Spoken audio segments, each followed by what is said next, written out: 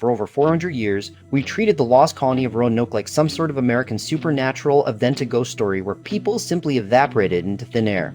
We've obsessed over what happened to them, imagining massacres or mysterious plagues that wiped out an entire civilization overnight. But what if I told you that we're looking at this all wrong? What if they didn't vanish into the ether, but made a very deliberate, very human choice to simply stop being English? Today we're going to look at archaeological finds that are flipping this script. We'll explore the physical evidence of hybrid living spaces on Hatteras Island, examine the discovery of European artifacts in indigenous sites, and ultimately uncover the heavy psychological price of choosing survival over identity. To understand where they went, we first have to understand why we thought they were lost. The myth is easy for our brains to digest because it fits a narrative of tragedy. 1587. A group of settlers arrives on Roanoke Island. They are separated from their supply ships and face significant hardships as resources dwindle in the unfamiliar environment. The standard history books often tell us they were slaughtered or died out a clean ending for a messy story.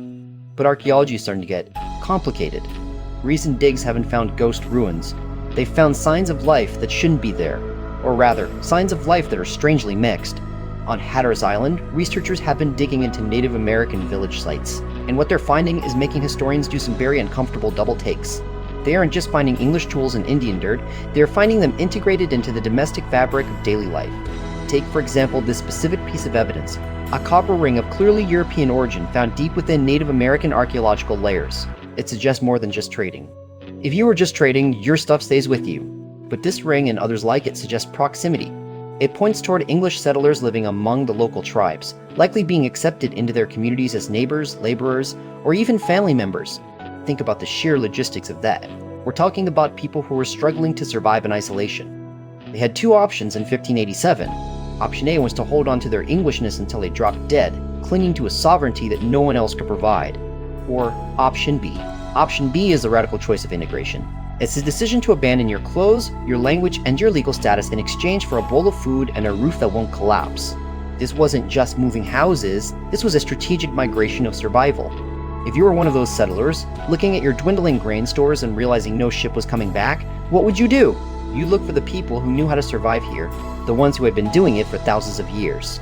The evidence on Hatteras Island shows that these individuals weren't just passing through like tourists with an attitude problem. There is proof of sustained metalwork people were working copper and iron for periods of time. They built infrastructure, they stayed. They became invisible to history because they chose to become part of another culture's story. It was an erasure of self for the sake of life. When you join a family that offers safety, your old identity, the one from across the ocean, starts to feel like a fairy tale you told yourself once upon a time. But here's where it gets messy.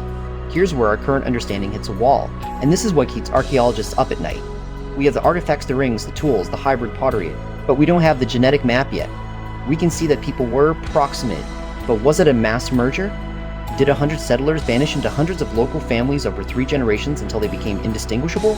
Or did only 5 die-hard survivors stay behind as trade outposts while everyone else perished in the woods?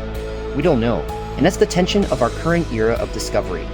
We are looking at physical evidence, the ring, the metalwork, and trying to reconcile it with demographic expectations. Some historians still lean toward mass death because we haven't found a massive graveyard and they can't account for 100 bodies in one spot. And then there's the famous word, Croatoan.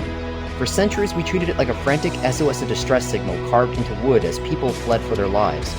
But what if that was wrong? What if Croatoan wasn't an invitation to help? What if it was a destination they reached and simply chose not to return from? Imagine them standing on the shore looking back at their struggling settlement. They could stay and fight for an island that didn't want them, or they could walk toward a community that did. It's hard to imagine today because we view integration as something forced upon people. What about integration as resistance? Resistance against starvation. Resistance against the failure of their own empire. If you were starving and alone, would you keep your identity until it killed you? Or would you let go of who you were just to see tomorrow? That's the question that haunts these digs.